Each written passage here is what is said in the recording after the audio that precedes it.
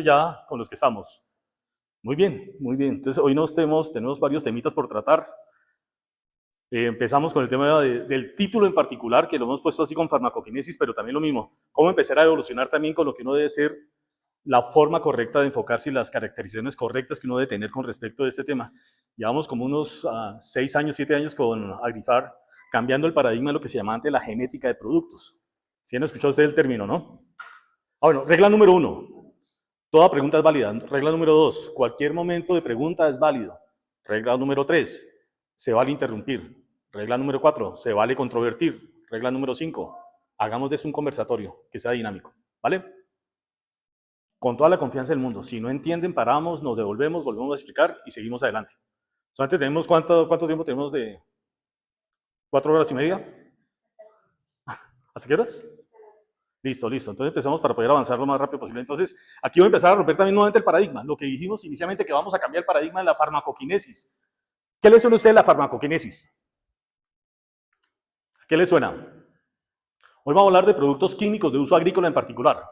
Ahí se van a derivar también bajo esa misma sombrilla también biopesticidas, pero normalmente con síntesis de fermentaciones controladas, que es prácticamente una forma de decir que estamos sintetizando vía natural cualquier molécula biopesticida también. Entonces, bajo ese esquema, todas las sustancias químicas, todas las moléculas químicas tienen intrínsecamente unas propiedades físico-químicas, una forma que eso nos va a enfocar a cómo se va a comportar realmente la molécula, inicialmente en el frasco bajo formulación, después en suspensión, solución o dilución, y después en la planta, en el blanco biológico y más adelante en la fisiología, ya sea de la insecto plaga o ya sea de la enfermedad o ya sea intrínsecamente dentro de la misma fisiología de la planta. Hasta ahí estamos normal, ¿cierto? Lo que siempre hemos escuchado. Entonces ahora la misma propuesta es, cambiemos esa palabra, ya realmente si vamos a hablar de ese tema, tenemos que empezar a referirnos porque estamos hablando ya de varios capítulos que estamos metiendo en un solo concepto. Entonces vamos a hablar primero de las propiedades físico-químicas de los productos y cómo se nos mueven. Entonces inmediatamente ya tenemos que esa palabra cinética, cómo se me mueve, vamos a cambiar entonces de farmacoquinesis, la parte cinética era realmente cómo se expresaba anteriormente, cómo se quedaba el producto para trabajar. Cuando ya hablamos de una mención de movimiento del producto, entonces ya hablamos realmente de una cinética realmente. Entonces aquí vamos con la farmacocinética de los productos y empezamos entonces más adelante. Entonces vamos a pequeñas diferenciaciones, conceptos básicos. Esto es lo que se basa fundamentalmente en esta sigla ADME, que es absorción, distribución, metabolismo y excreción.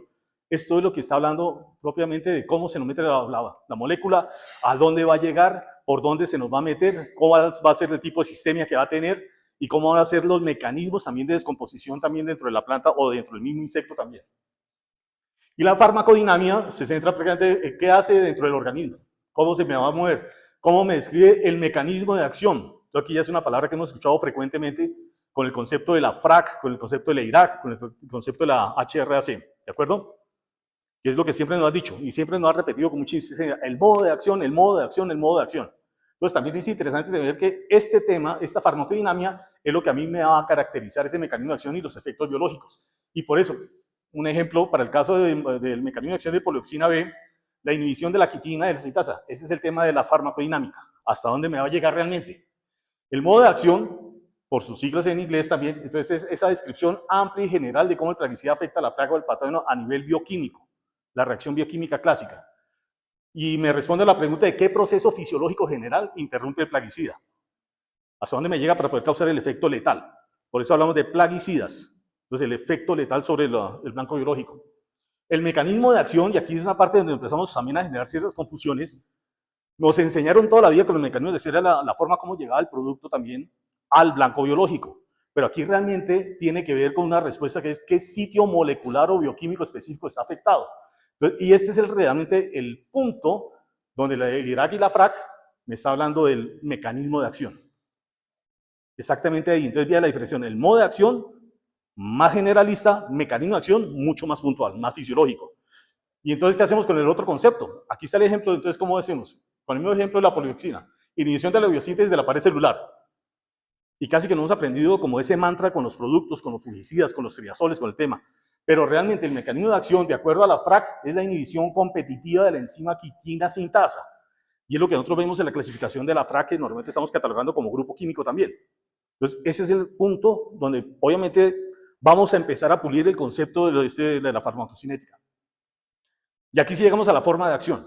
Aquí ya llegamos entonces a un tercer concepto que tenemos que tener muy claro, que es el tema a qué pregunta me va a responder, cómo se manifiesta el plaguicida en la planta o en la plaga. Me describe cómo se mueve y cómo actúa a nivel más macro, incluyendo sistemicidad. Entonces ahí vamos a romper también varios paradigmas, porque normalmente nosotros nos dicen es altamente sistémico, es mesostémico, es translaminar, es una cantidad de conceptos que se han ido adaptando dentro de nuestra vida profesional al concepto mucho más generalista de lo que es la sistemia de los productos. En términos generales, lo que tenemos que hablar y entender que la sistemia realmente, si el producto logra entrar al metabolismo de la planta, automáticamente es considerado sistémico. Pero ¿cuál es el diferencial? Lo vamos a ver más adelante. La velocidad de desplazamiento hasta su descomposición. Y eso me va a generar otro concepto que se llama residualidad. Ejemplo clásico de la forma de acción, entonces, de plaguicida. Puede ser de contacto, sistémica, cropetal, translaminar o sistémica bidireccional. Esta clasificación no se refiere a la molécula que hace el organismo, sino cómo llega a su objetivo, la forma de acción del producto. Ejemplo, un plaguicida puede tener forma de acción de contacto y translaminar con un modo de acción sobre la respiración celular. Ese es el concepto macro, lo que hemos hablado del MOA.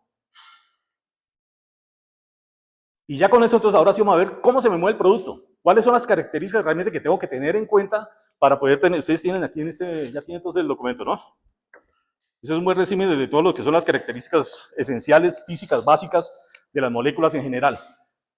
Hay muchísimas más características, 16 características que están denotadas dentro de lo que es la caracterización de cada una de las moléculas para poderlas registrar, que también tiene varias connotaciones también. También el destino ambiental, el destino ecológico y también obviamente el destino salud humana también. Hablando de las formulaciones, que es uno de los pilares fundamentales de Agrifar, es cómo empezar a adelantarnos con lo que ya existe también. Hay muchísimas de estas formulaciones modernas que tenemos que empezar a romper muchos paradigmas. Vamos a hablar ahora más adelante, ustedes están viendo el portafolio también, sobre todo el particular microemulsiones, qué nos diferencia de las emulsiones concentradas, por qué hemos llegado y hablado de las formulaciones mucho más modernas que estas. Entonces aquí nos basamos en el manual de la elaboración y especificaciones de plaguicidas de la FAO. Esta es la última edición que se tiene actualmente en el sistema. Entonces, con base en los sistemas, ¿por qué la clasificación? ¿Por qué la FAO se nos mete? Porque también tenemos que comprender que nosotros formamos parte de esos 16 objetivos grandes de la sostenibilidad que ha determinado la FAO también. Y es un término práctico, crítico y contundente para nosotros. La misión de la FAO es poder disminuir a su mínima expresión el uso de plaguicidas químicos por su alto riesgo a la salud humana y al medio ambiente. Entonces, bajo ese concepto es cómo empezar a mitigar toda la función en función también de este tipo de formulaciones. Cómo empezar a mitigar el impacto ambiental, cómo disminuir la carga química sobre el medio ambiente. ¿En qué nos basamos? Normalización. Entonces, claro, una clasificación que nos cobija a toda la industria de agroquímicos a nivel global. Seguridad. Correcta identificación de la formulación es crucial para la seguridad de la manipulación también. Entonces, aquí lo mismo también, de las químicas anteriores, donde utilizábamos irracionalmente muchísimos productos, a una química mucho más racional, mucho más inocua. Y aquí viene la palabra mágica que vamos a tener. Cómo empezar a formular productos químicos, plaguicidas, en función de la inocuidad. Eficacia. Obviamente esto tiene que determinar también. Hay una formulita clásica y tradicional de lo que es la toxicidad, que nos la enseñan casi que al principio o a las salidas de casi todas las carreras de ingeniería agronómica. Toxicidad normalmente nos lo miden por dosis, por exposición. ¿Se acuerdan? Entonces, de acuerdo a la dosis y de acuerdo a la exposición, tenemos el nivel de toxicidad de los productos. ¿Qué hemos hecho con las formulaciones también? Empezar a bajar esa dosificación. Entonces hacemos subdosificación. Pues ahora vamos a ver por qué no se genera esa subdosificación. Sino que con las formulaciones modernas estamos aumentando el tiempo de exposición, aumentando el área de contacto, que con mucho menos cantidad logre efectos eficaces sobre el blanco biológico. Ya entrando en contexto, entonces vamos a entrar en una descripción, los ingredientes activos, las impurezas relevantes y las propiedades físicas. Esto se vuelve el ABC de lo que es una descripción de una formulación según la FAO. Y aquí ya nos vienen entonces las directrices que ellos mismos dictan dentro de su manual clásico que les acabé de presentar. Entonces van las formulaciones sólidas de uso directo, los polvos secos, vienen las formulaciones sólidas para dispersión, los ejemplos clásicos del WP, formulaciones sólidas para disolución, los SP, que están prácticamente de salida al mercado. Entonces aquí tenemos también otro que nosotros trabajamos mucho, por seguridad, son los gránulos dispersables en agua.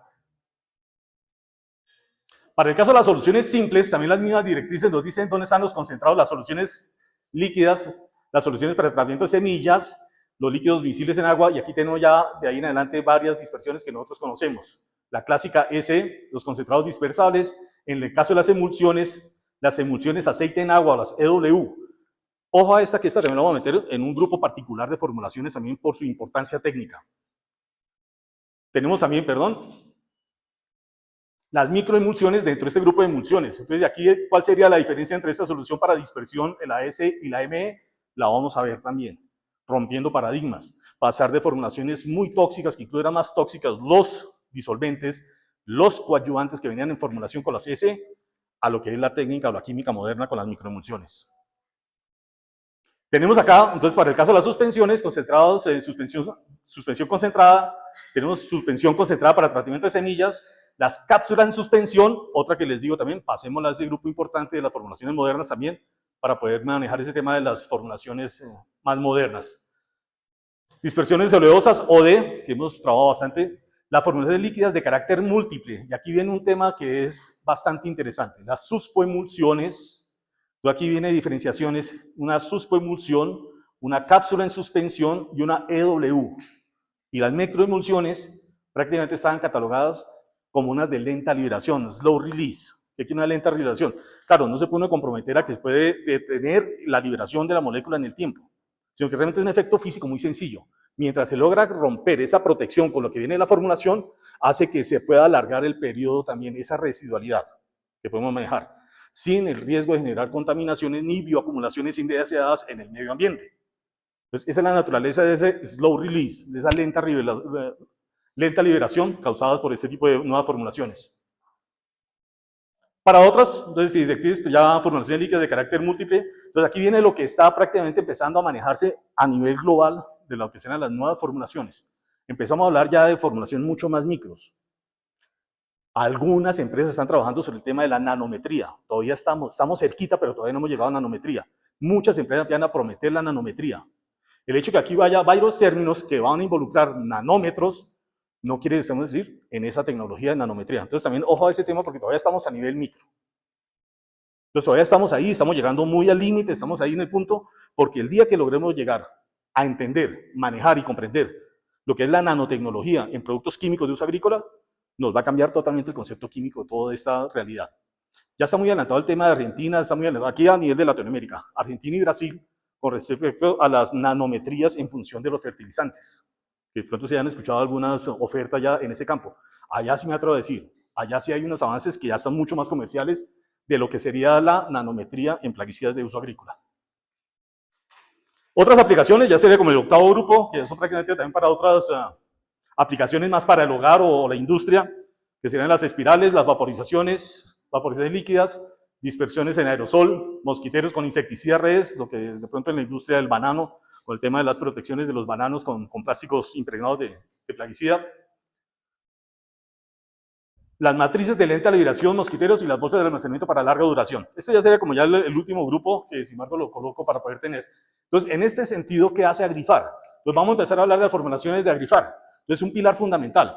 Una de las formas que nosotros entregamos un valor agregado al mercado es cómo tener unas mezclas coformuladas, pues además de dos ingredientes activos, que generalmente me generen un patrón de transversalidad con menor inocuidad. Trabajando la formulación, logro mejores propuestas al mercado.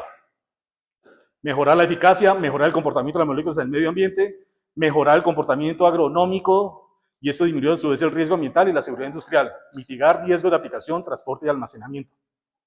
Que para el caso de nosotros, para el caso de cultivos ornamentales en Colombia, se está volviendo cada vez más exigente el tipo de manejo. Entonces, esa es la apuesta grande que se hace con ese tipo de desarrollo de tecnologías para el mercado. Para el caso de la microemulsión, vamos a hablar rápidamente de las ventajas que vamos a tener en cuenta de aquí en adelante, el por qué se hace para no entrar en una discusión cada una de las formulaciones en particular. Ahora vamos a hacer una comparación, pero esto es importante que tengan en cuenta estas características fundamentales. Con una microemulsión, alta eficacia, menor concentración. Les hablaba de la subdosificación. El ejemplo clásico más tradicional y sobre todo más antiguo es el caso de la andacelotrina, que antes venía en formulación S, y se utilizaba más o menos 1.5 litros por hectárea promedio país, promedio cultivos.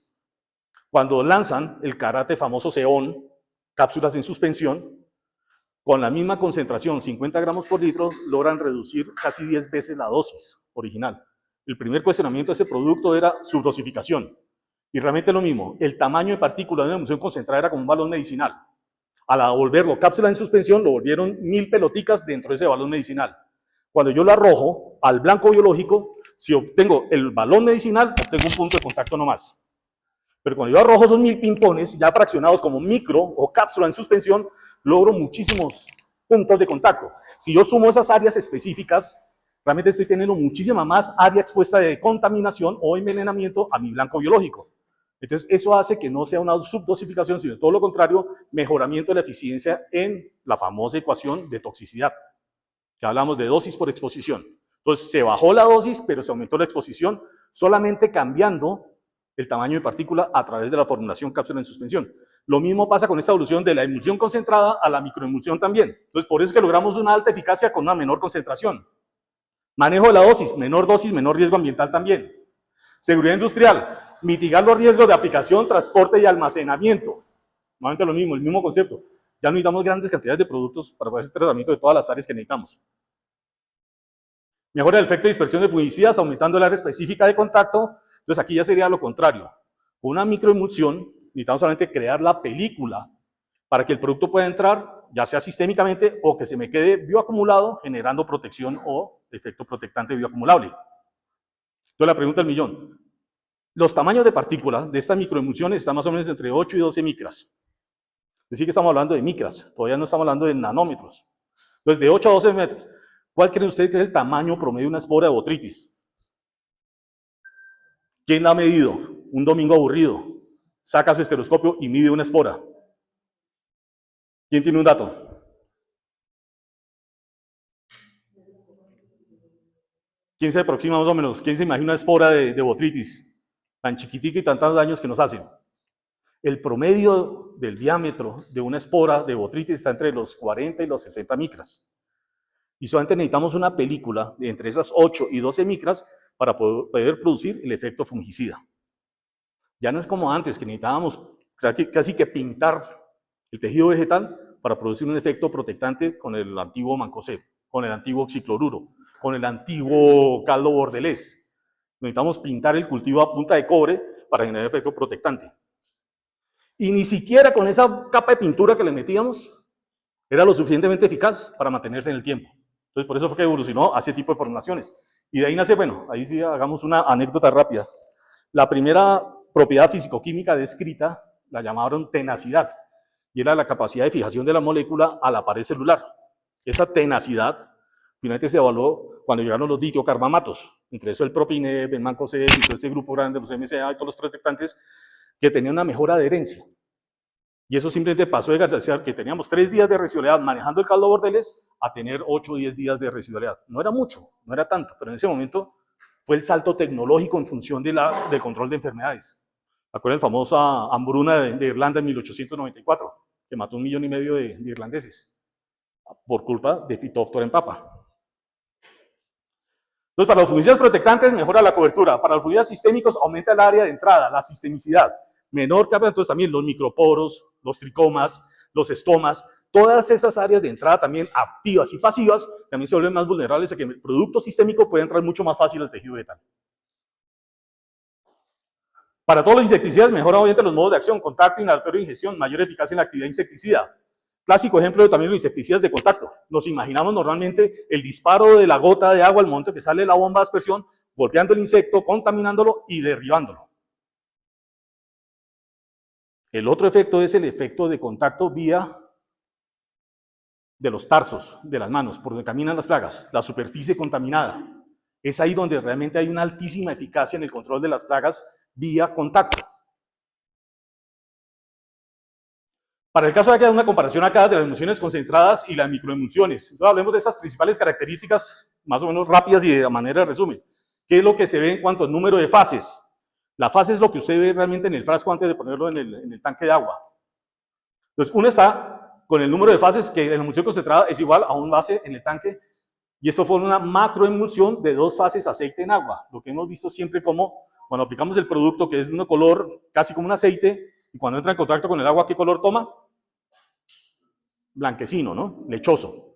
Esa es la generación de una fase activa a 2 fases macroemulsiones aceite en agua. ¿Qué pasa con la microemulsión? Una sola fase en el envase y se mantiene como una sola fase formando una solución transparente o translúcida. Entonces aquí también viene el efecto. Estamos disminuyendo la dosis, no vemos un efecto de la emulsión que vemos en el tanque normalmente. Muchas veces creemos que el producto no está. Entonces, olvídense eso, no hay problema. Ahí está el producto y está en suspensión también. Tamaño de gotas, como hablamos del macrométrico, de 0.1 a 10 micrómetros, el nanométrico, como digo, no se dejen desviar de todas formas por los términos que utilizan por 0.1 micrómetros a 100 nanómetros. 100 nanómetros es más o menos igual a lo que hemos hablado de las 10 micras que hemos hablado inicialmente, 10 micras en promedio. Tipo de formación, requiere agitación del tanque para formar emulsión. Se forma espontáneamente, instantáneamente en contacto con el agua sin necesidad de agitación. Muchas veces nosotros nos vemos con ese complique de que mezclamos en la mañana y terminamos aplicando en la tarde y no volvemos a mezclar, no volvemos a agitar. Entonces, muy posiblemente que esas emulsiones concentradas tradicionales nos vuelvan a generar esas dos fases, arriba el aceite y abajo el agua. Caso de los solventes, aquí caso importante, la cantidad alta de solventes orgánicos a menudo agresivos para solubilizar el ingrediente activo. Y aquí es una cantidad baja de solventes de alta calidad y más amigables. Los solventes biodegradables. Aquí es donde yo les digo que aquí la nueva química nos va a impulsar hacia inocuidad de los productos. La viscosidad es baja, la capacidad de penetración es estándar, la absorción a través de la cutícula de la planta puede ser limitada debido al tamaño de las gotas, lo que hablábamos también. Si no también rompemos, no acompañamos con unos coagulantes mucho más fuertes, esas gotas gigantescas entraban en un punto de contacto muy pequeñito, a diferencia de los 1000 pimpones regados sobre la misma mesa. Entonces también lo mismo, 1000 pimpones con 1000 puntos de contacto específicos, vamos a tener una mejor oportunidad que el producto sea absorbido por el tejido vegetal. Protección a la descomposición. Limitada, el ingrediente activo está expuesto dentro de la macroemulsión, lo que hace vulnerar la fotosíntesis y la hidrólisis. Vamos a verlo más adelante. Forma de descomponer los productos químicos. Luz, agua y microorganismos. No hay otra forma de descomponer los productos. Entonces, bajo ese concepto siempre, incluso manejo de desperdicios o manejo incluso de riesgo de dispersión, se hace con esta base en esa misma reacción, hidrólisis, fotólisis o microorganismos. Ya para ser un poquito más prácticos también, entonces, ¿qué estamos haciendo también con este tema? Los solventes principales, las químicas clásicas, solventes aromáticos de alto punto de ebullición como el nafta, solventes y derivados del benceno, tolueno y sileno. Esas tres palabras mágicas fue la que prohibieron muchísimos años hasta que lograron realmente sacar del mercado, porque eran más cancerígenos que los mismos organofosforados que eran en ese momento los que más dominaban el mercado. ¿Y en qué nos convertimos? Químicas modernas, solventes polares de baja toxicidad, normalmente basados en glicoles, cetonas y alcoholes. Entonces, para que tengamos una correlación con la cotidianidad, es cuando aplicamos el alcohol sobre la mano. ¿Cuánto tiempo tarda en secarse? ¿Cuánto tarda en evaporar?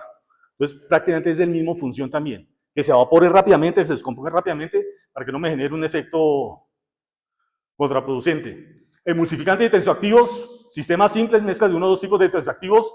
Esto normalmente está amarrado para poder mejorar esa estabilidad, ese efecto coadyuvante dentro de la misma formulación. ¿Qué hacemos con las microemulsiones también? Sistemas complejos, mezclas sofisticadas de múltiples tensioactivos. Aquí ya metemos un tema también de incluso flujo de electrones para poder mejorar esa adherencia también. Esas pequeñas goticas también necesitan esa dinámica electrónica, esa estática que necesitamos muchas veces también para generar esa polaridad eléctrica que se me adhiera también a la superficie. Estoy enredándoles, pero es cómo lograr que esa partícula también, a partir de estos aniones y cationes, me genere esa función de adherencia vía solamente electricidad estática. Para el caso de los coadyuvantes que utilizan, entonces se necesitan otros coadyuvantes externos a la mezcla de tanque para mejorar la penetración. El clásico ABC de los coadyuvantes, antiespumantes, adherentes, reguladores de pH, humectantes. Ese es el clásico que necesitamos para poder favorecer las formulaciones ese. Para el caso de las microemulsiones, integrado en la formulación, la propia naturaleza de la formulación, tamaño de gota nanométrica hace que el producto sea intrínsecamente un coadyuvante. El adyuvante ya está listo para penetrar en la cutícula del insecto. Pero ojo aquí, la pregunta clásica cuando están hablando de ese tipo de formulaciones, ¿entonces no necesitamos coadyuvantes? La respuesta ¿cuál sería? ¿Para qué utilizamos los coadyuvantes? Los coadyuvantes los utilizamos para... Ese es al momento del contacto ya con el blanco biológico. Pero realmente los coadyuvantes van 2 pasos atrás. Y vamos a manejar las condiciones del agua para poder mejorar la dispersión. Entonces, casi que todo lo que yo hago en función de los coayudantes es favoreciendo la calidad del agua para poder mejorar la solubilización, la dispersión, la sustentación, la suspensabilidad de lo que quiero yo mezclar para poder aplicar. Entonces, el coayudante está más dirigido a control de la calidad de las aguas que al mismo efecto físico-químico de los plaguicidas. Obviamente, ese mismo efecto antiespumante, ese mismo efecto adherente, eso también lo vamos a ver también reflejado al momento de la aplicación y que se nos disperse mejor sobre el blanco biológico. Para el caso del impacto en seguridad y salud, pues tenemos el perfil de alto riesgo contra un perfil obviamente mucho más bajo también. Entonces, este tema de la evolución de los componentes de la formulación refleja esa transición en la búsqueda de la eficiencia y la seguridad. Y como les digo, la palabra mágica, la inocuidad. Rápidamente voy a hacer un resumen aquí de lo que serán los coadyuvantes, los que conocemos realmente en Colombia, versus otros parámetros básicos, rápidos, para tener en cuenta. Acondicionadores de aguas, lo que hacemos normalmente cuando recibimos el agua. Aguas duras, aguas lechosas, famoso Cosmoaguas, el famoso, ¿qué otro producto utilizan acá? Creo que el más utilizado es ese. ¿Cuál es el objetivo de ese producto? Corregir dureza. ¿Qué es la dureza finalmente? Base carbonatos, sales en suspensión. Entonces, finalmente es eso. Los coadyuvantes multifunción. Entonces, aquí viene lo que decíamos, el ABC de los productos clásicos que tenemos acá. Adherente, humectante, corrector de pH y antiespumante. Eso nos lo enseñó la industria, eso lo manejamos durante muchísimos años. El acidificante, el reductor de pH del agua, lo que ayuda a mantener la estabilidad y efectividad. ¿Cuándo se deben manejar los reguladores de pH, los acidificantes? ¿En qué momento?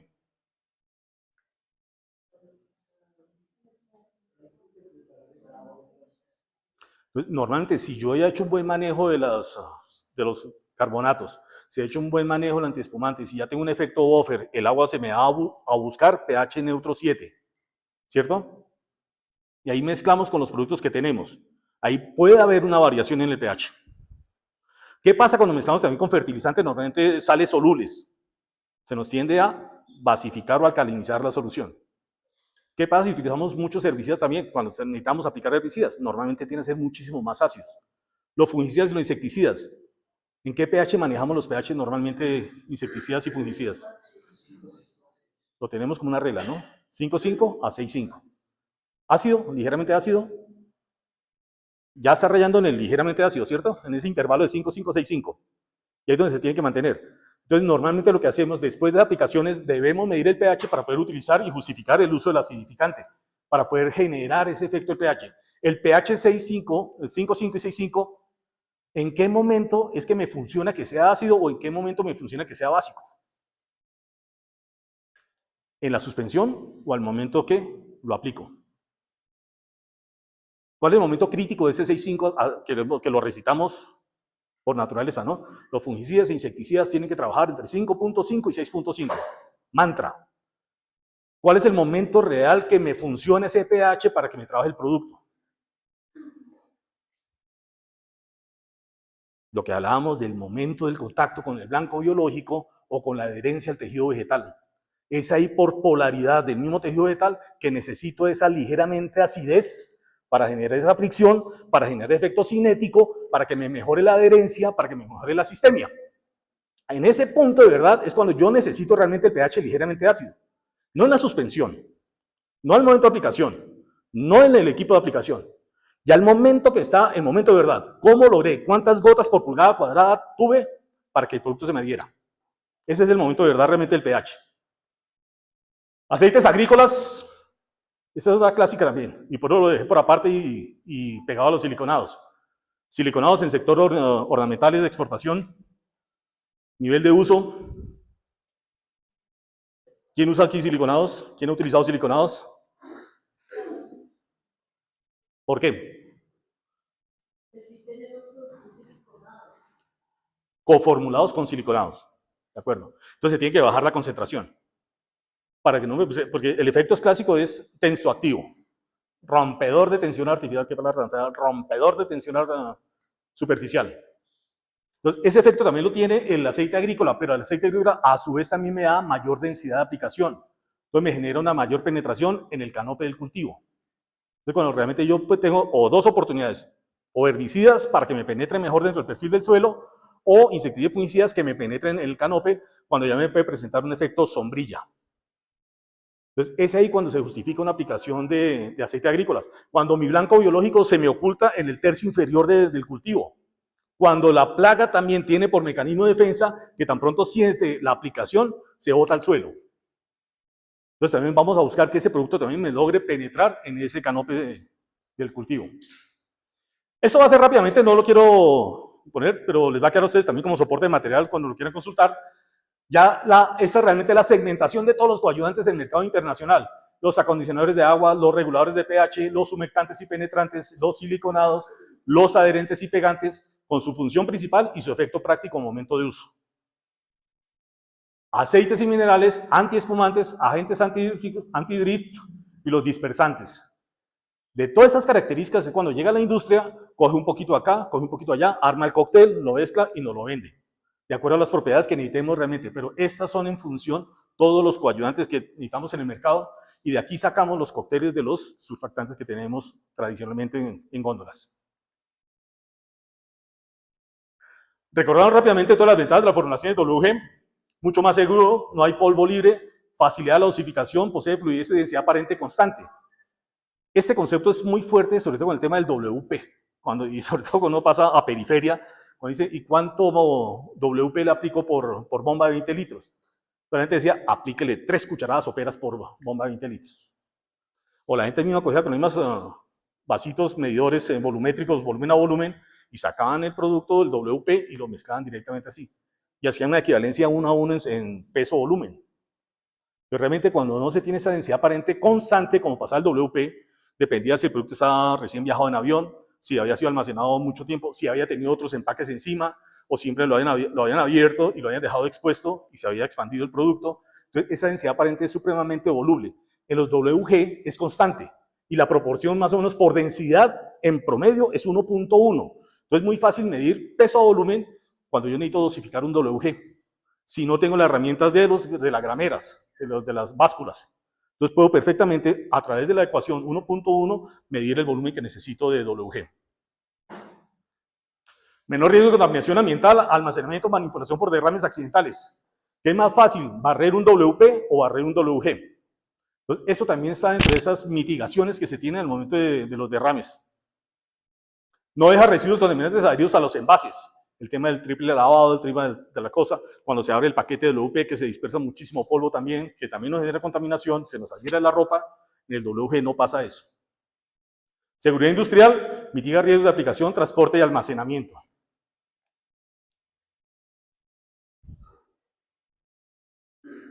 Contenido de ingredientes mucho más altos, mayor concentración, con menor cantidad de alimentos inertes. Productos que ustedes conocen del portafolio, que ya están aquí en el mercado, que no están utilizando ustedes. Entonces siempre nos vamos a basar en ese concepto. El nombre del producto, su composición, la coformulación, la concentración que ustedes pueden ver por litro y en particular la sumatoria de la concentración y el apellido más importante de la formulación. Para nosotros es pilar fundamental que tengamos esta diferenciación en formulaciones para que ustedes entiendan esta dinámica de lo que es las nuevas formulaciones, la nueva química, para poder optimizar el uso de productos químicos de uso agrícola. Para el caso de los fungicidas, Nanki también con un 50+50 en formulación ME. Gigante, Flumorph más fosfetil de aluminio en 600 sumatoria más formulación WG. Jagger, formulación WG. Elegido, formulación WG. Qingdao, formulación WG. Para el caso también de los biopesticidas también, para el caso de la piretrina natural, aquí tenemos una apuesta grandísima que fue bastante difícil de conseguir, es cómo dejarlo suspendido, una EW.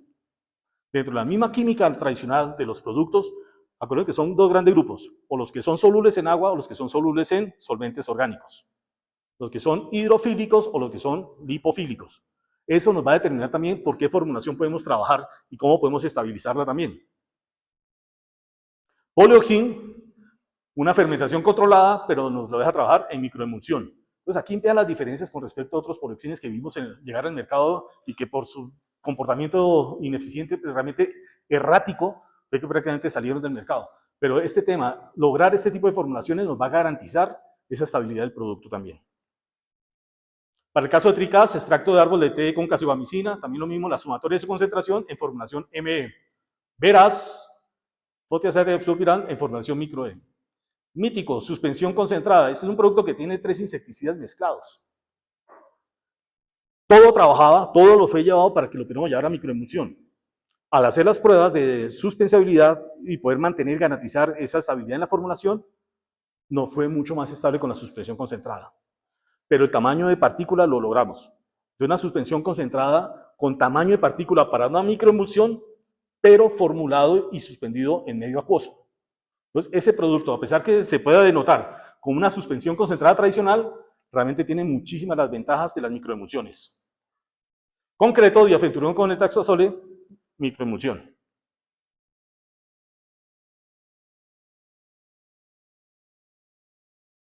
Bueno, ahora sí vamos a meter un poquito más a ladrillo.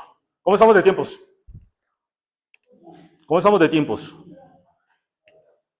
Bien, ya todos leyeron la tablita, ya están curiosos con la tablita que tienen al frente. Conceptos básicos de función de la sistemicidad y la bioacumulación. ¿A qué les son ustedes sistemicidad y bioacumulación? Ya lo hemos pasado, ya les pasé el soplete varias veces. Producto que entra dentro del tejido vegetal es sistémico. ¿Cuál es su diferencial? La velocidad de dispersión hasta descomposición. Entonces vamos a verlo. Características clásicas que están viendo aquí en el cuadrito. Lo que me va a determinar, pero no me va a generar una correlación fuerte, es la interacción entre estas 3 características. ¿Qué quiero decir? Que la sistemicidad me va a depender del peso molecular, aquí están los intervalos, menor a 200 gramos por mol, rápido movimiento, mayor a 400 gramos por mol, lento movimiento. Entonces, esto también que nos sirve para interpretar también con todos los productos que utilizamos, incluso de la competencia. De hecho, esto ya se trata prácticamente de poder escoger mejor todo el esquema de manejo fitosanitario que tenemos en el negocio. Y poderlo comparar y poder saber exactamente con qué nos estamos metiendo. Entonces, estas tablas son prácticamente para que lo puedan usar universal, para comparar cualquier producto, y podemos hacer el ejercicio de llenarlo con cualquier producto también. Entonces, ya teniendo esas interpretaciones, el efecto práctico, entonces sabemos que menor a 200 gramos, entonces sabemos que es mucho más lento. Razón simple con una comparación sencilla. Es más fácil empujar una moto que empujar una tractomula.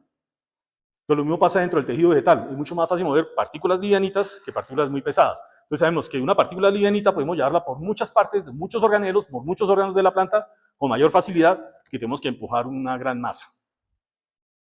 Para el caso de la solubilidad en el agua, aquí también es lo que hablamos, lipofílicos e hidrofílicos.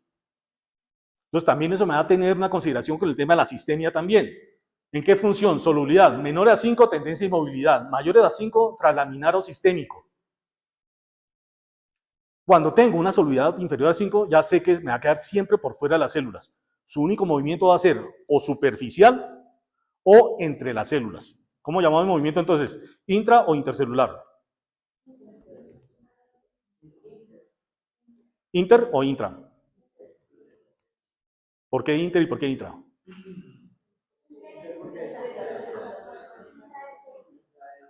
Ahí la respuesta va un poquito más con los organelos que están intervenidos, ¿no? ¿Se acuerdan de todo el sistema apoplasto-simplasto?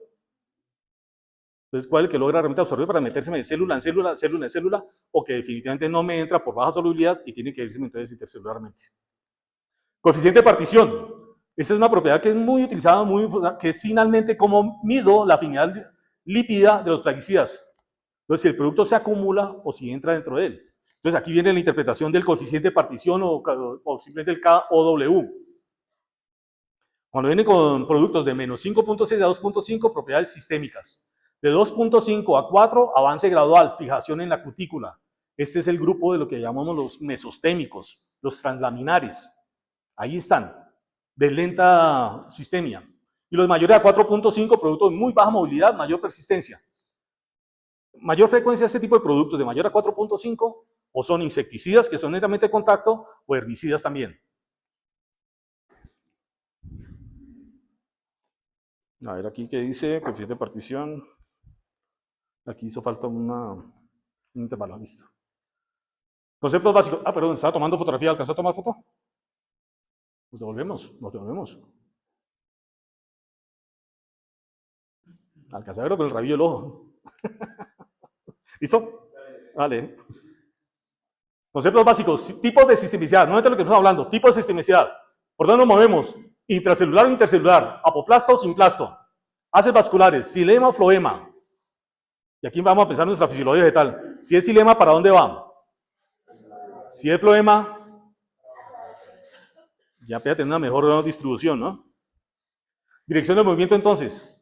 Si es por el xilema, acropétalo. Si es para abajo, fungicidas clásicos de doble sistemia. Realmente en Colombia tenemos uno solo. Hay un insecticida también con doble sistemia. El fosfetil de aluminio. Y ahí pegadito por defecto los fosfitos de potasio, los fosfitos de calcio, los fosfitos de hierro. Pero realmente hay un paradigma ahí grande también, porque realmente ellos cuando entran al tejido vegetal se descomponen, ya no son fosfetil de aluminio ni son fosfitos. Ya se vuelven unos iones fosforosos que van de vacuola en vacuola. Entonces realmente el efecto es como también poder producir esa inhibición de la respiración y también poder producir fitoalexinas también, como estimulante de fitoalexinas. Entonces realmente el efecto sistémico más allá de todos los tejidos arriba y para abajo no es como la molécula como entró, sino el efecto colateral de metabolitos de ellos descomponiéndose entre el tejido vegetal. Determinante, lo que le hemos dicho siempre, velocidad y penetración del tejido vegetal. Entonces, con esas características, con esa función, es que nosotros podemos hacer la interpretación de esas tablas también de los productos y cómo se nos puede ubicar. Entonces, siempre hay paradigmas grandes en el concepto que tenemos acá. Como les decía, la función de intercelular o intracelular está determinada por los organelos acompañados que son apoplastos y simplastos, respectivamente. Eso lo voy a dejar más como tarea para ustedes de lo que tiene aquí el apoplasto, como la vía de transporte, que incluye dentro del xilema esencialmente movimiento, tipo de movimiento y moléculas que pueden utilizarse dentro de ello. Esta función también está determinada, para el caso nuestro no es tan determinante, pero lo hemos visto en el tema de frutales y sobre todo frutales de exportación, estamos trabajando y peleando muchísimo con los límites máximos de residuos. Entonces también estamos viendo cómo la sistema de los productos, hasta dónde y cómo se debe evaluar. Si se evalúa realmente sobre la testa de la fruta, sobre la epidermis, pero jamás sobre pulpa, y mucho menos en semilla, por un tema de selectividad en la transmisión de las moléculas vía simplasto, vía xilema también. La vía del simplasto, también lo mismo, aquí vemos dos organelos, el citoplasma, aquí ya vemos cómo se nos mete el tema del citoplasma de las células a través de los canales llamados los plasmodesmos, que son los interconectores o puentes entre célula y célula. Movimiento intracelular dentro de las células, tipo de movimiento bidireccional, basipetal, se mueve desde las hojas, fuente de azúcares, hacia los sumideros, raíces, frutos, brotes nuevos. En nuestra época hablábamos fuente de vertedero, ahora lo hablan sumidero. Resumen de las vías de translocación, apoplasto, simplasto. Una gráfica rápida de lo que sería la forma simplástica y la forma apoplástica de poder llegar a conducción. Entonces, bajo estos aspectos básicos, bajo esta fórmula, con este tema también tenemos factores morfológicos y fisiológicos claves, la cutícula, el grosor de la cutícula de naturaleza lipofílica. Aquí también viene otra característica grande que hablamos en ecología en 1920, que era la famosa capa de cutícula, ¿cómo la determinábamos? ¿Cómo era el nombre de ese término? Que era lo que determinaba incluso las formas de organización biológica también, o clasificación ecológica también. Pues esto tiene que ver con el espesor de la cutícula también.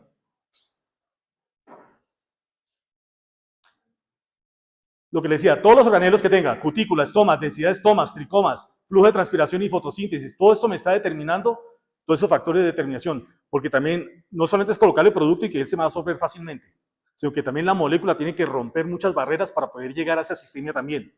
Entonces, esa parte de esos conceptos también tiene que tenerse en cuenta también al momento. Por especies, vemos que esa capa de cutícula es mayor, incluso de variedad en variedad, hay diferenciales también. Eso nos puede determinar también esa duración del producto, nos puede determinar la residualidad del producto también, y con ello incluso la rapidez de la aparición de síntomas de la enfermedad.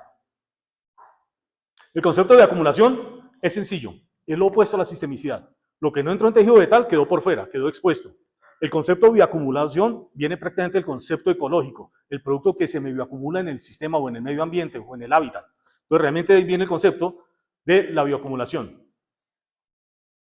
Entonces, plaguicidas que tengan una vida media y un coeficiente de partición alto pueden acumularse en la zona lípida y bioacumularse a lo largo de la cadena alimenticia. Entonces, aquí vienen los riesgos de poder repercutir en la cadena alimenticia nomás. Bajo el concepto entonces que tenemos residualidad, yo lo voy a dejar aquí Tiempo durante el cual, bueno, voy a preguntar acá. Las dos, residualidad y persistencia.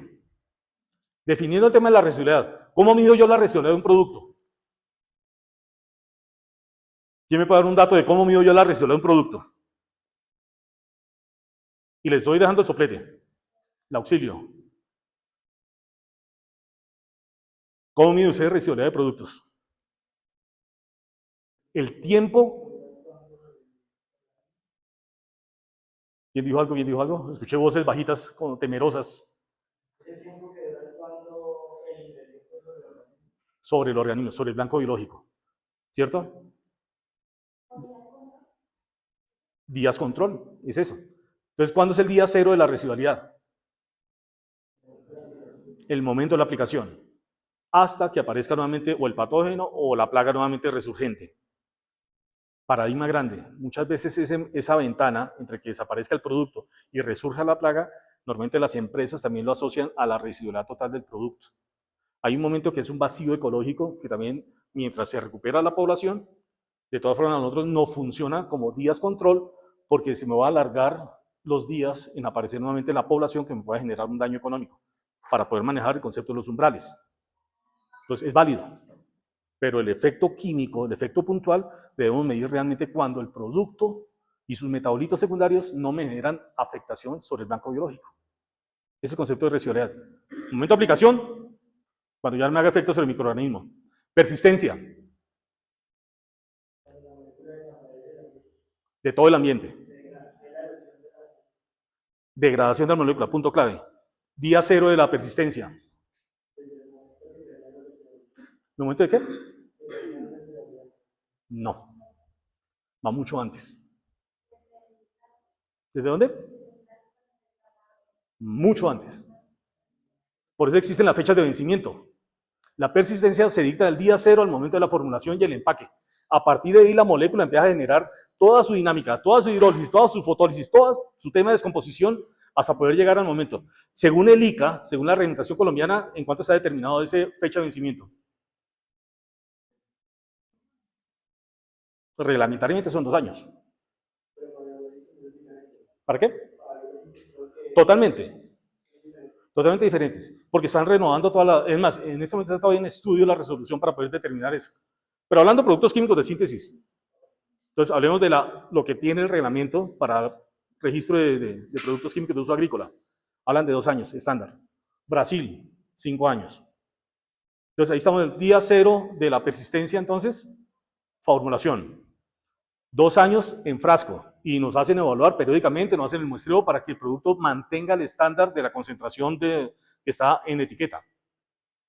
Llegamos a la finca, abrimos el frasco. ¿Qué pasó ahí? Ya lo expusimos a todas las características de descomposición. Ahí sí aumentamos inmediatamente luz, temperatura, agua. Lo llevamos a agua, al componente, al tanque. Después eso al campo. Luz, agua y microorganismos. Entonces, entre ese momento de la aplicación y aquí en adelante, ¿cómo lo llamamos? Que es una nueva reglamentación también que tenemos que determinar, que son las curvas de disipación, que finalmente tiende a ser toda esa curva de descomposición del producto en el tiempo. Es decir, que estamos mucho más lejos allá desde el momento de la formulación a este momento que desaparece el producto por completo en el medio ambiente, hasta que sus metabolitos sean totalmente inocuos. Entonces, esa es la diferencia grande entre residualidad y persistencia. Y muchísima gente todavía confundimos que insecticidas aplicados al suelo son persistentes. Pueden ser persistentes, pero no residuales. Un ejemplo clásico, el grupo de los piretroides. ¿Los piretroides son residuales? No. Tipo de acción de piretroide. ¿Cuánto puede durar trabajando? Casi que por eso lo llamamos de contacto, el efecto knockdown, ¿cierto? El efecto derribe. Pero residualidad per se no es, porque no es residual. ¿Y cuál es la persistencia de la lambda-cialotrina, que es la molécula más usada en el gremio, aquí en Colombia? 436 días promedio. Muy persistente. Entonces, el concepto entre persistencia y residualidad no son correlacionables, son totalmente independientes. ¿La persistencia está relacionada con la formulación? No. ¿O más adelante? La formulación va solamente a estabilizar el producto para que quede en una sola fase. no más. Pero por ejemplo, en el caso que se decía que los OD son, que persisten ahí como esa residualidad más. Una lenta liberación. Ok, significa que si hay un producto, la residualidad va a durar más. Porque al Sí. liberarse lentamente, a diferencia, por ejemplo, de una microfusión. Hablemos de un polvo mojable, que es mucho más inestable. Entonces, realmente esas diferencias entre que logres componer la OD, que es la clásica, la dispersión oleosa, que es la más grande, que es muy similar a lo que intentó vender durante muchísimos años los aceites agrícolas, cuando decían que eran encapsuladores. Y decían, mezclemos producto uno a uno, lo agitamos fuertemente durante 20 minutos y ya está encapsulado. Eso fue una falsedad que el ICA le tocó cortar, porque realmente no se puede encapsular sacudiendo un frasco. O tiene otro concepto químico más fuerte. Entonces, pero el efecto realmente, eso se llama acomplejamiento orgánico, muy parecido a los quelatos de las moléculas en los fertilizantes y el acomplejamiento orgánico de los fertilizantes. ¿Qué logra quelatar y qué no logra quelatar? La quelatación es con metaloides, que tienen valencia 2 libre para poder amarrar. Quelíceros, quelatos, para poder amarrar vía valencias libres. Lo que no tenga valencia libres, como todas las otras sales, como otros metaloides, pues simplemente no se pueden adherir vía valencia, pero sí queda la superficie en contacto. Entonces quedan acomplejados. Entonces una cosa es el acomplejamiento de microorganismos y otra cosa es la quelatación de nutrientes. Y ahora con lo mismo pasa también con los productos químicos de uso agrícola. Una cosa diferente es el tema del encapsulamiento y otra cosa diferente el acomplejamiento. Entonces, los vías aceites, vías OD, estamos haciendo prácticamente un acomplejamiento. ¿Cómo empapar encima de? Me va a demorar en descomponer una gota de aceite mucho más tiempo que una gota de agua. En términos prácticos, trae entre 1 y 2 días más. Entonces, el que le ofrezca más de 2 o 3 días de residualidad por culpa de una formulación oleosa, que se lo demuestre. Y verá que usted en el efecto de la evaluación de esa residualidad no le va a marcar una diferencia más allá de 2 o 3 días. Porque el efecto es netamente físico. Porque la gota de aceite finalmente también queda expuesta a todos estos factores de descomposición. ¿Está claro? ¿O no muy claro? ¿Dudas? Hágalas, suéltelas. Yo tengo una duda. Nosotros, normalmente nuestras aplicaciones, ¿sí? Están basadas teniendo en cuenta la residualidad del producto, digamos, como ese tiempo de durabilidad que tiene el producto en actual, en diferentes planos. En eso nos basamos, pero también nos basamos mucho en la formulación que hay. Yo me baso mucho porque todo lo que son S, M, O, D, tiene un grado de residualidad o mayor entre los aceites que nos gustan. Dentro de las plantas tienden como a causar mucha tema de toxicidad y aparte de eso, pues, la complejidad en mezclas se vuelve más tediosa por el tema de lo que nos decía, son los solventes. Usted lo puede exhibir a través de la tarjeta de emergencia o la hoja de seguridad, ahí le deben reportar todo el componente. Incluso nosotros en la microemulsión también ahí están todos los microemulsiones. Entonces, a veces se vuelve complejo digamos, realizar en mezclas y más pues, donde los tiempos son muy precisos y uno puede hacer un máximo 3 entradas a semana, intentando controlar muchos blancos biológicos. Entonces, teniendo en cuenta, digamos, ciclos, vidas, plagas, residualidad de productos, lo que se decía, por ejemplo, de las formulaciones. La pregunta sería, ¿hacia dónde o cuál sería la formulación más adecuada para nosotros trabajar? No hay una respuesta, porque es que acuérdense, la agronomía se divide en dos. La ciencia del depende, y cuando no tiene una respuesta, es un complejo. Y nos graduamos de agrónomos. ¿Sí o no? Primera ciencia del depende. Como le digo, la formulación no me determina a mí la sistemicidad del producto. Y como tal, no me da a determinar la sistemicidad, no me da a determinar la residualidad del producto tampoco. Porque la sistemicidad es cuánto me dura el producto en descomponerse dentro del tejido vegetal. Con la formulación, el núcleo es cómo es el vehículo para poderlo llevar al cultivo. Y como dice usted, de las formulaciones grandes, aceitosas, clásicas, S, O, D, y toda esta grandota, usted dice, me cuesta mucho trabajo porque me genera más compatibilidad, incompatibilidades y más. Pero yo le digo aquí, con lo que hicimos el paralelo desde la emulsión concentrada y la microemulsión, son totalmente diferentes. Los solventes aquí, normalmente, como vimos en la tabla, eran normalmente el silol, todas estas grosas, que son también aceites de alta densidad, que también cuesta mucho trabajo degradarlos también, cuesta más energía, es cierto. Y esos son los que normalmente me causan efectos fitotóxicos, pero no un efecto directo. porque normalmente está amarrado a otras moléculas que normalmente no son sistémicas, pero si aumento la exposición, me puede llegar a contaminar el tejido vegetal. El ejemplo clásico era la mezcla de esos con heces, como el clorpirifos en su momento, que era el famoso pecoseo, cuando se mezclaba con un fertilizante hidrosoluble. Era porque en cierta forma ayudaba a sostener la molécula para que me pudiera entrar solamente la capa de epidermis, que me ayudaba a disolver parte de la cutícula. Y solamente con ese efecto me generaba el pecoseo, con la formulación SC. A concentraciones de 1.5 litros por hectárea, ya va más o menos 1.5 centímetros por litro de suspensión. Cuando yo hablo de una microemulsión, caso Nankin, estoy hablando de 200 centímetros cúbicos por hectárea. Estoy hablando de 0.2 centímetros cúbicos por litro de solución. Entonces también lo mismo, se me cae muchísimo la concentración que me podría generar una fitotoxicidad directa, pero no me la va a generar, porque la formulación de la micro-E definitivamente es absolutamente diferente y radicalmente diferente a la S. Entonces la respuesta, ¿hay una formulación equivalente? La ciencia del depende me dice a mí que lo más fácil en efectos contundentes, bajo los efectos, por ejemplo, la dinámica que tenemos de los productos que tenemos con las nuevas químicas, es mezcla de formulaciones como hemos visto, las lentas liberaciones, las EW, las CS, las SE, las ME, las WG, todas esas son esas que uno hablaba en cierta forma de formulaciones modernas, mucho más pequeñitas, menor dosificación, para poder producir el efecto eficaz sobre mi blanco biológico, pero mitigando impactos ambientales o daños al cultivo. Entonces, esa química, si yo la compraba con la química anterior, incompatible. ¿Y cómo neutralizamos la química anterior cuando tenemos que manejar esas moléculas que eran las que dominaban el mercado? Bajo un esquema sencillo, orden de mezcla. ¿Cuál es el principio universal del orden de mezcla? ¿Quién se acuerda? Uno solo, que están todos... ¿Cómo es? Correcto, y hago con Ajá. y ya con los WP Ajá. los Los de más fácil solución a los de más difícil solución. ¿Está bien? ¿Seguro?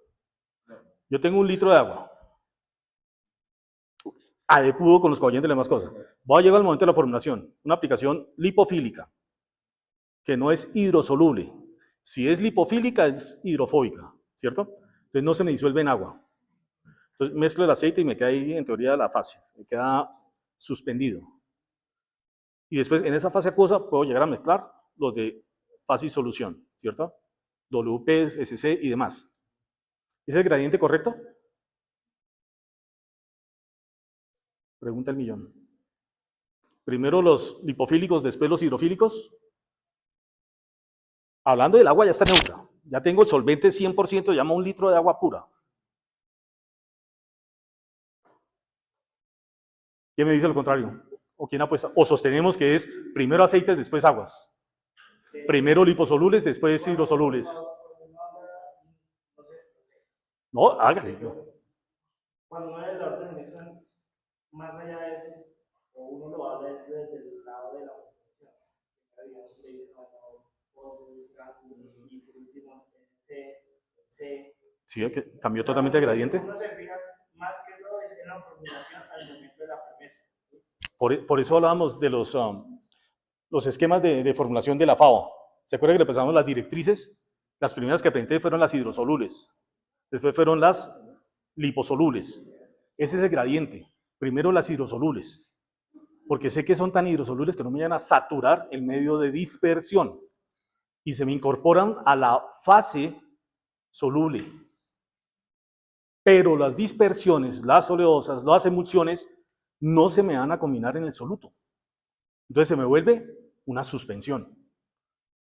Entonces ya no me altera que realmente esté disuelto. Pero si yo hago una separación de fase acá primero con aceites, me va a costar más trabajo diluir las hidrosolubles. Entonces por eso es que primero van las WP, las WG, las SC, las SL, las WG. Van primero y después siguen viendo los aceites. A eso le meto otra palabreja mágica que también tenemos que aprender a hacer y que la hemos hecho realmente, pero somos poco disciplinados a hacerlos. Al orden de mezclas hay que darle otro, las premezclas.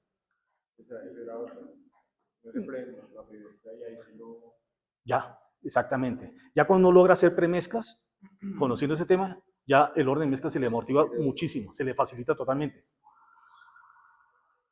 Como para cerrar, digamos, en el ejemplo, a nivel comercial, no tiene mucha oferta de productos de una molécula de diferentes formulaciones. Por ejemplo, en el caso, no sabía que ahorita el Rincas es EW. Él venía como EC. Inicialmente. Inicialmente. En el mercado sigue existiendo Trinidad Forest EC. Digamos, ¿qué diferencia hay, digamos, ya en el momento uno técnico para poder escoger por qué EW o por qué EC? Tan sencillo como que lo que acabamos de hacer. La S se le tiene que respetar el orden de mezcla y meter el tema de premezclas físicamente en su momento y punto de trabajo. Y la EW ya le hizo ese trabajo.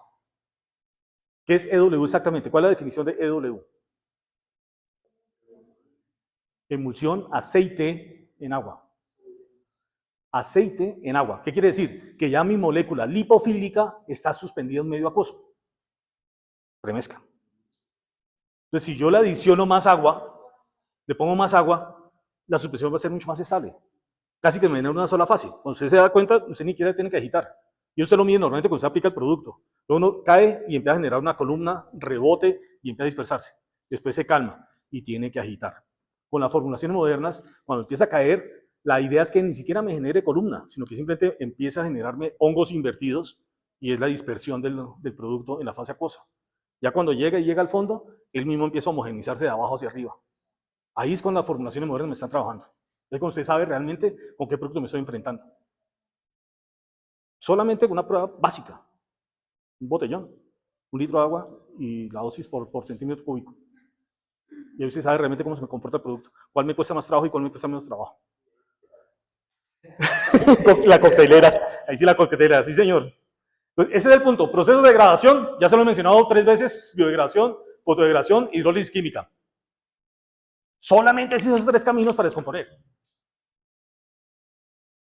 Oye, mire, y acabamos. Estamos pero volando en tiempo. ¿Preguntas? ¿Dudas, inquietudes? De nuevo el tema de farmacokinesis. Sabemos como un producto sistémico, entonces, cómo tiene que combinar peso molecular, entre más bajito, más rápido se me mueve, solubilidad, si da apoplasto sin plasto, y coeficiente de partición. El cambio, por ejemplo, en el caso de los aceites son más pesados.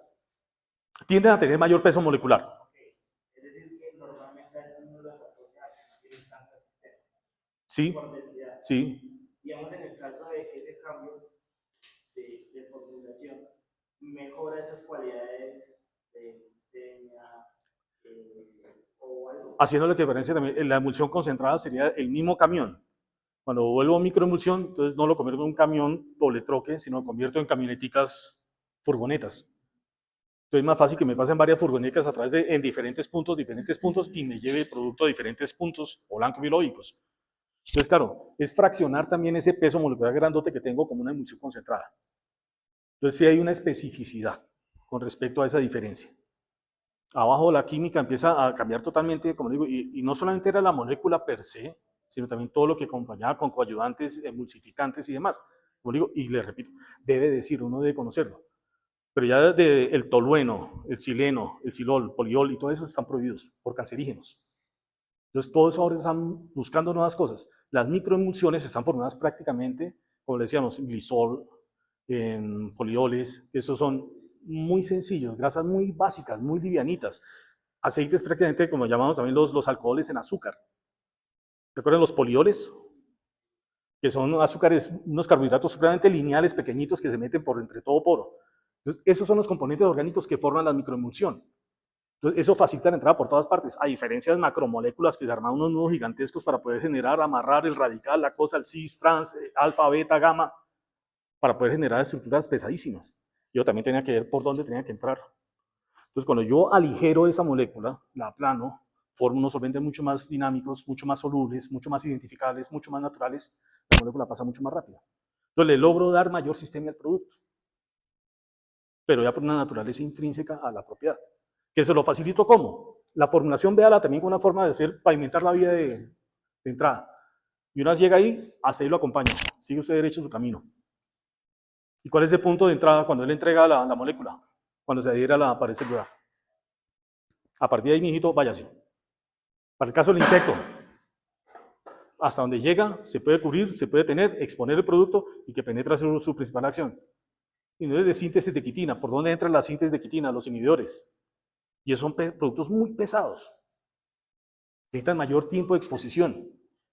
Entonces, todos los inhibidores de síntesis de quitina normalmente tienden a tener unos adherentes muchísimo mayores para poder generar mayor exposición a la molécula. Y ahí viene la otra, si es tetraclorohidro, todas esas diferenciales para que pueda volverse más volátil y que pueda entrar, incluso por respiración vía espiráculos, para que entre fácilmente a hemolinfa y pueda causar el efecto inhibitorio de síntesis de quitina. Pequeñas, ya empezaremos ya como a ver grupos por grupos cómo se comporta el producto. Hay una tabla clásica de comparación también de los triazoles. Entre los triazoles poco sistémicos y los altamente sistémicos. Entonces, muchas veces dicen, ¿qué es mejor, el altamente sistémico o el poco sistémico? Viene la ciencia del depende. Tipo de patogénesis de acuerdo a lo que quiero controlar. El mejor triazol para controlar hongos, basidiomicetes, caso Rhizoctonia, para hablar de uno más conocido, son los de menos sistemia, difenoconazol, por ejemplo. ¿Por qué? Por el tipo de parasitismo que tiene Rhizoctonia. Clásico, botritis. ¿Qué coeficiente de partición necesito para que permanezca en esa parte superior, en la epidermis, se me mueva esa epidermis, capa de palizada, máximo, un poquito más allá de la tercera capa de palizada y ya. Ahí donde me está trabajando botritis. Yo necesito productos que se me queden en la sistemia media, tralaminar. Y entonces los mejores controladores de botritis son los que tienen un coeficiente de partición fácilmente entre 3 y 2. Medianos, de lenta liberación, que se me muevan ahí poquito, tralaminar. Patógenos mucho más de follaje, el Mythosporium, así como para decir uno más conocido, que se mueve rápido, se dispersa rápido esta cosa. Necesito productos que se me muevan rápido. Para eso entonces tengo productos como el flutrafol, como el ciproconazol. Tiene un coeficiente de partición inferior a 2.5, se me mueve muy rápido, pero también se me está moviendo con el tejido nuevo, que es donde esos patógenos están trabajando primero, en tejido mucho más suculento. Entonces, de acuerdo al banco biológico, también puedo determinar cuál es la mejor estrategia para determinar qué molécula me va a servir. Y esto me sirve para combinar cualquier grupo químico, también dentro de ese mismo grupo. ¿Qué hace en ese momento Agrifar para poder combinar las mezclas? Productos que sean bioacumulables y altamente sistémicos, que se me queden y tengan duración por este lado, y altamente sistémicos que me protejan más allá también, tejido nuevo. Entonces, protejo lo que hay y protejo también lo que hay. En principio muy universal. Pero el principio universal de Agrifar, coformulaciones que me complementen el trabajo, que busquen transversalidad de control, espectro de acción y residualidad. Uno de los grandes cacaos que tenemos en este momento, uno de los grandes problemas con el tema de los biopesticidas es ese. Son muy inocuos, tan inocuos que no tienen residualidad, que no tienen persistencia. Entonces nosotros solo sabemos, son productos que se evaporan prácticamente después de la aplicación a las 4 horas. Lo que logré controlar, lo que contactar, punto. El resto ya no me sirve para nada. Muy interesante. Puedo hacer controles con biopesticidas como el Tricas, como incluso el Green Ras también, incluso a boca de post cosecha. Y estoy seguro que cuando salga la caja de flor o la caja de frutos,